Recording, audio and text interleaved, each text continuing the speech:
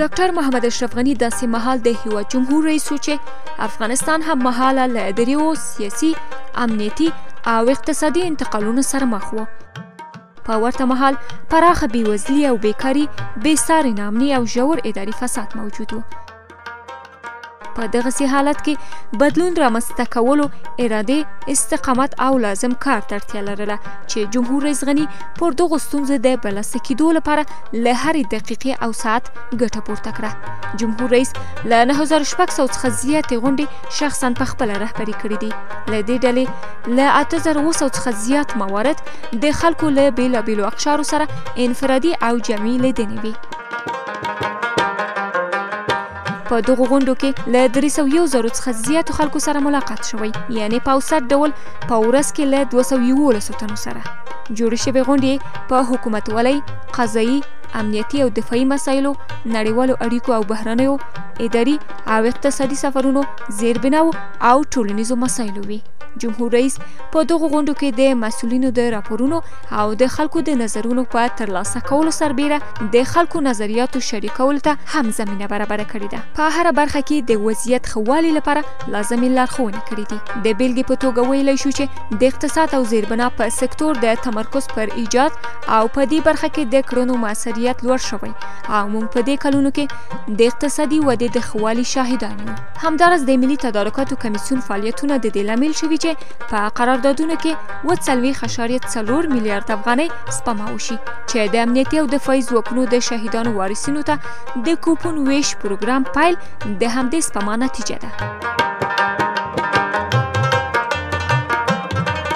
جمهور رئیس غني د خپل وخت بله عمده برخه د ولایتونو د امنیتي، اقتصادي او ټولنیز وضعیت په څېړلو مصرف کړې ده او په دغه موده کې 80 ولایتي سفرونه کړي دي.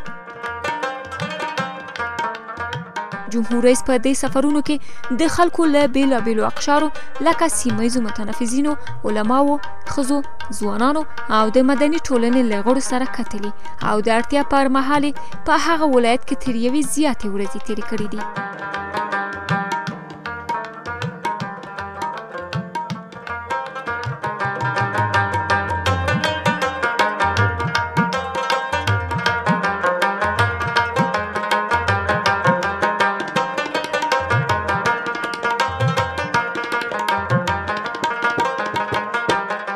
د قلوردګانو لیدنه او د ولایتونو د امنیتي وضعیت ارزونه د ولایتي سفرونو بله عمده برخه وه.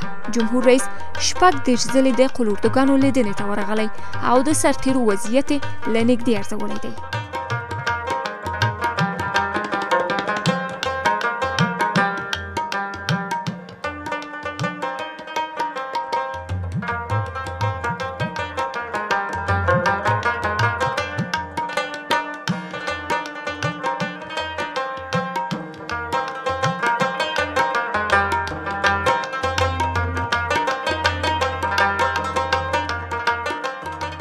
همداراز د بهرنیو اړیکو د تقویت او پراختیا لپاره په نړیوال نظام کې د هیواد د مقام لوړول او تثبیت او په سیمه ییزو اقتصادي اړیکو کې د افغانستان د جغرافیوي موقعیت راژوندي کولو لپاره 4 بهرني سفرونه کړي څو په نړیوالو غونډو کې د افغانانو ښه استازیتوب وشي.